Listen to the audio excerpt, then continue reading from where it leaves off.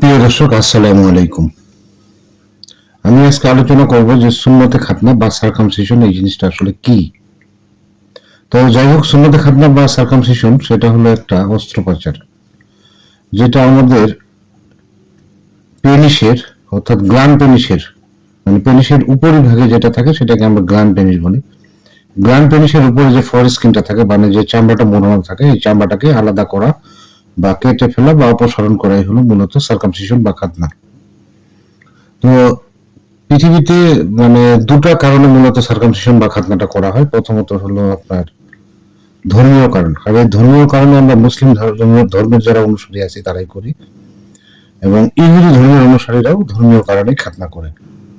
আরেকটি হলো স্বাস্থ্যগত কারণে, যেমন মনে করেন যে গ্ল্যান্ড পেনিসের উপর থেকে ফরস্কিনটাকে অপসারণ বা কেটে ফেললে মূলত পেনিসটা পরিষ্কার থাকে, যার কারণে ইউরিনারি ট্র্যাক ইনফেকশন বা ইউটিআই যেটাকে বলে সেটা হওয়ার চান্সটা কমে যায়, এবং এসটিডি যে ঝুঁকিটা আছে সেটাও কমায়। আবার কিছু কিছু এলাকা আছে, এলাকা ভিত্তিক এই সার্কামসিশনটা প্রচলন আছে, তবে এটা আমাদের বাংলাদেশে নেই। তো যাই হোক, এই সার্কামসিশনটা এখন আমাদের জানা উচিত যে কোথায় করব। অবশ্যই একজন অভিজ্ঞ ডাক্তার কিংবা যারা এই বিষয়ে এক্সপার্ট আছে বা একজন মেডিকেল সহকারী যারা আছে, যারা এই ধরনের কাজ করে, তাদের কাছ থেকেই করা উচিত। কারণ এতে কিছু জটিলতা আছে, যেমন এই মানে খাতনার সময় পেনিসের কিন্তু অনেকগুলো রোগ আছে, হ্যাঁ, এবং এখানে অ্যানেস্থেসিয়া করাটা খুব ডিফিকাল্ট। সো মানে এইখানে যদি খাতনাটা করার সময় যখন ফরেস্কিনটা আউট করবে তখন যদি পিছনে ভ্যানটা কেটে যায় বা চামড়ার কোনো কারণে বেশি বা কম কাটে ফেলে, সেক্ষেত্রে কিন্তু এই একটা জটিলতা তৈরি হয়, এবং এই বাচ্চাটার বয়স যত বাড়বে জটিলতাটাও তত বাড়বে।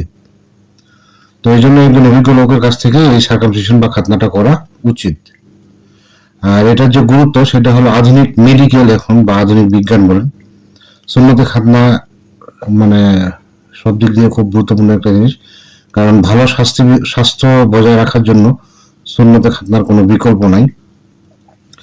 আর ধর্মীয় কারণে মুসলিম ধর্মে তো এটার গুরুত্ব অনেক, কারণ এটা আমাদের নবী হযরত মুহাম্মদ মুস্তাফা সাল্লাল্লাহু আলাইহি সাল্লামের সুন্নাহ। আর যদি এই সুন্নতটা যখন করে ফেলেন তখন মানে বাচ্চাদের হোক বা বয়স্কদের হোক অনেক রোগের সংক্রমণ এবং ঝুঁকিও কমে যায় এবং স্বাস্থ্য ভালো থাকে। আর